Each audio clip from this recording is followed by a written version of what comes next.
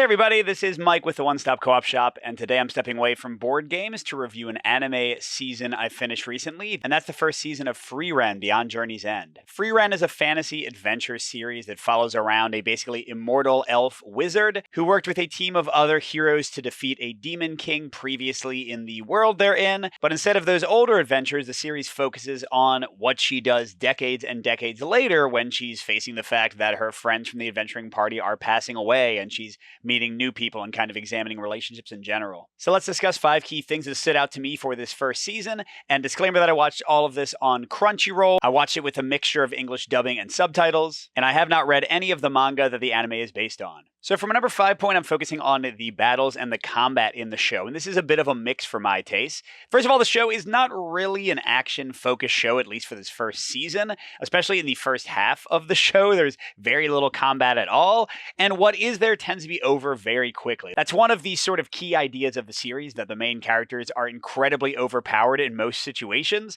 so even when combat does happen, they usually destroy their enemies with, some build-up and basically no actual back and forth challenge. But the combat is well animated, it's often exciting, and the few fights that are a bit of a challenge for the characters are really well done. My 4th point for Frieren is generally a pro for my taste, and this is the humor in the show, because it is often a comedy. Now, at the same time, it will make you cry sometimes, or at least it did me, but the interplay between the 3 main characters, Frieren, the elder wizard, Fern, her young apprentice, and Stark, their warrior sidekick, they're all very funny, they're all kind of immature in their own way, even though Frieren is, hundreds of years old, she's still very much like a child in many ways, and they play with that kind of hilariously. And then you have a little bit of romantic tension between Stark and Fern, and that's played for great effect in many situations. And even later on, when you throw in tons of other characters, they're often kind of silly and humorous too. Now, some of the jokes do get a little repetitive and overused, but by and large, I found the show quite funny, and so did my family.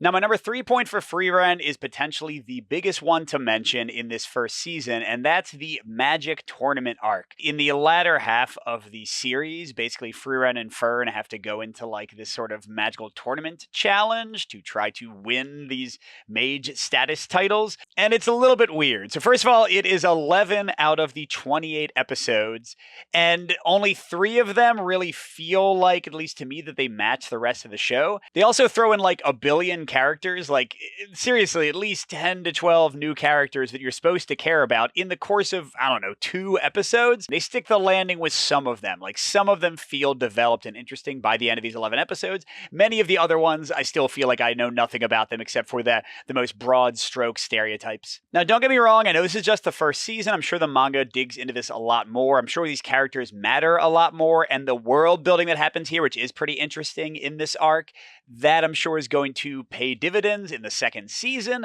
But here, I don't know, the pacing is glacial. And the biggest thing is it just goes away from the things I love most about the show. But let's get to what those are, because they're my number 2 and 1. So yeah, my number 2 is the poignant one-offs in the show. And this is how the first half of the series totally is, and what, kind of frustrated me with because they dropped it in the second half. But the early episodes are really just about Frieren and then Fern and then Stark having these little adventures that usually were encapsulated in just one quick, meaningful episode. Now, I don't know, maybe the reason that they had the big tournament arc and they're kind of leading to bigger world-changing things is because you can't sustain a show on those little one-offs, but this is what made me fall in love with the show, these little bite-sized episodes of beauty, and that's why I was so frustrated with the second half of the show, because they abandoned that almost completely. But yes, these little mini adventures that often have no combat to them are entirely peaceful or funny, I thought were just lovely, at least for my taste. And that leads right into my number 1 for Frieren, the biggest thing I think the show has going for it, and those are the very interesting themes in the show.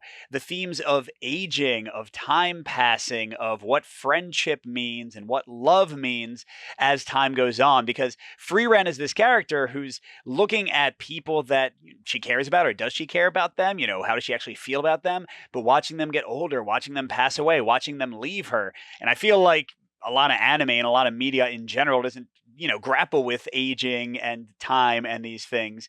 And I think the show does it in a beautiful way, especially, again, in those earlier episodes. They sometimes forget about this stuff entirely in the later episodes. So overall, you might have heard of Frieren. It's been a big hit in the past year. Many people were surprised it wasn't on my top anime video I did last year. That's because, number one, I haven't watched it yet, but also the season wasn't finished, so I wouldn't have included it anyway. Now that I am done, because of that Magic Tournament arc just throwing things off so much, I don't think it would have made the top 5 compared to the shows from last year. Maybe it would have made the top 10. But yes, that was definitely a big drag for me. It might not bother you at all if you like, sort of more shonen, action-focused things. But yes, I think the main thing going for the show are those themes of time and love and relationships and friendship, are the kind of more character-based moments and little adventures and peaceful things happening. I still am going to watch it. I'm still excited for it. And I hope they pay off all these characters and new things introduced in that second arc for the show. But we'll see. Either way, Frieren is great. I think certainly worth your time if you want to go watch something really good. So yeah, go check it out. And thanks everybody for watching.